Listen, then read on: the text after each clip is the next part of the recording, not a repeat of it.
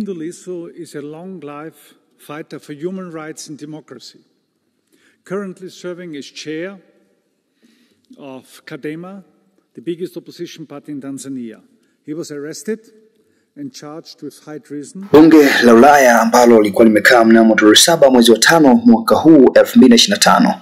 ambalo lilikuwa limekaa kwa ajili ya kujadili mjadala mkubwa ambao unamhusu Tundu Lissu, ambaye ni mwenyekiti wa chama cha demokrasia na maendeleo, yani Chadema, na ni chama kikuu cha upinzani nchini Tanzania, ambacho ni chama pinzani kwa chama cha mapinduzi, yani CCM. Basi mambo yaliyojadiliwa bunge hilo la Ulaya kuhusu Tundu Lissu na serikali ya Tanzania ni kama ifuatavyo. Mmoja ilikuwa ni kuhusu Tundu Lissu, kiongozi wa Chadema ambacho ni mwanachama kikuu cha upinzani nchini Tanzania, alikamatwa tarehe 9 Aprili 2025 huko Mbinga kufuatia mkutano wa amani uliokuwa unasisitiza mageuzi ya uchaguzi. Namba 2 ilikuwa kuhusu Tundu Lissu alivyonusurika chupuchupu jaribio la mauaji mwaka 2017 na alilazimika kuishi uhamishoni na kisha kukabiliwa na mateso mapya aliporejea Tanzania. Na namba 3 ilikuwa ni mnamo tarehe 10 mwezi wa 4 2025, Tundu Lissu alishtakiwa kwa uhaini pamoja na makosa matatu ya uchapishaji wa taarifa za uongo wa sheria za uhalifu wa mtandao, ambapo uhaini nchini Tanzania una adhabu inawezekana kuwa kifo, ambapo European Union inapinga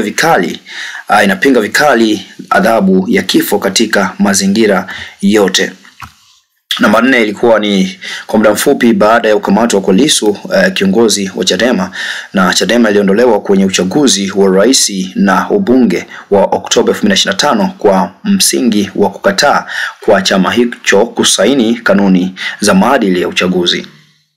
Namba 5 ilikuwa ni kabla ya uchaguzi wa serikali za mitaa Novemba 2024, serikali ya Tanzania ilizuia mikutano ya upinzani, ilikamata mamia ya wafuasi wa upinzani kiholela, iliweka vikwazo vya ufikiaji wa mitandao ya kijamii kwa kupiga marufuku vyombo vya habari huru, ambapo maelfu ya wagombea wa upinzani waliondolewa kushiriki,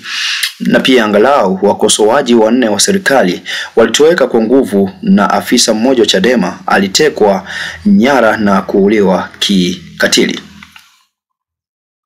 Namba 6 ilikuwa ni nafasi ya Tanzania katika ripoti ya uhuru wa Freedom House, ilishushwa hadhi mnamo mwaka 2025 hadi kuwa si huru tena.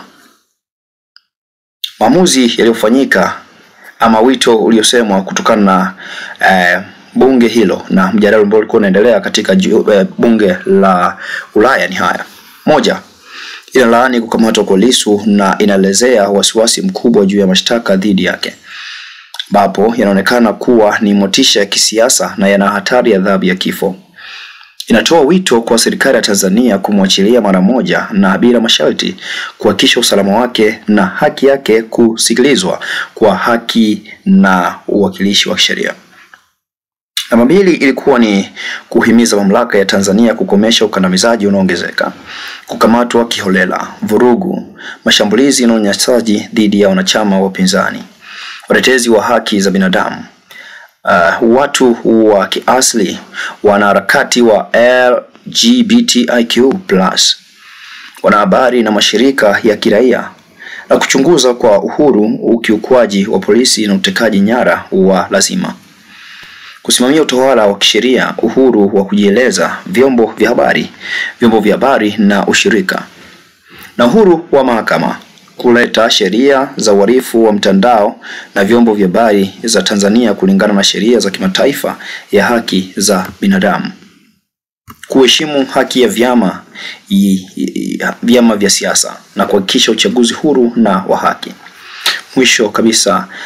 wanatoa wito kwa mamlaka ya Tanzania kumrejesha Chadema kushiriki kikamilifu katika uchaguzi wa Oktoba 2025 na kushiriki na vyama vyote vya siasa katika mazungumzo. Mtazamaji wetu wa Master TZ Online TV, nikukumbushe tu kama ulikuwa bado hujasubscribe kupitia akaunti hii ya Master TZ, basi bonyeza kitufe kimeandikwa subscribe, ndipo utakuwa kwanza kabisa kupata taarifa zote kutoka hapa Master TZ Online TV.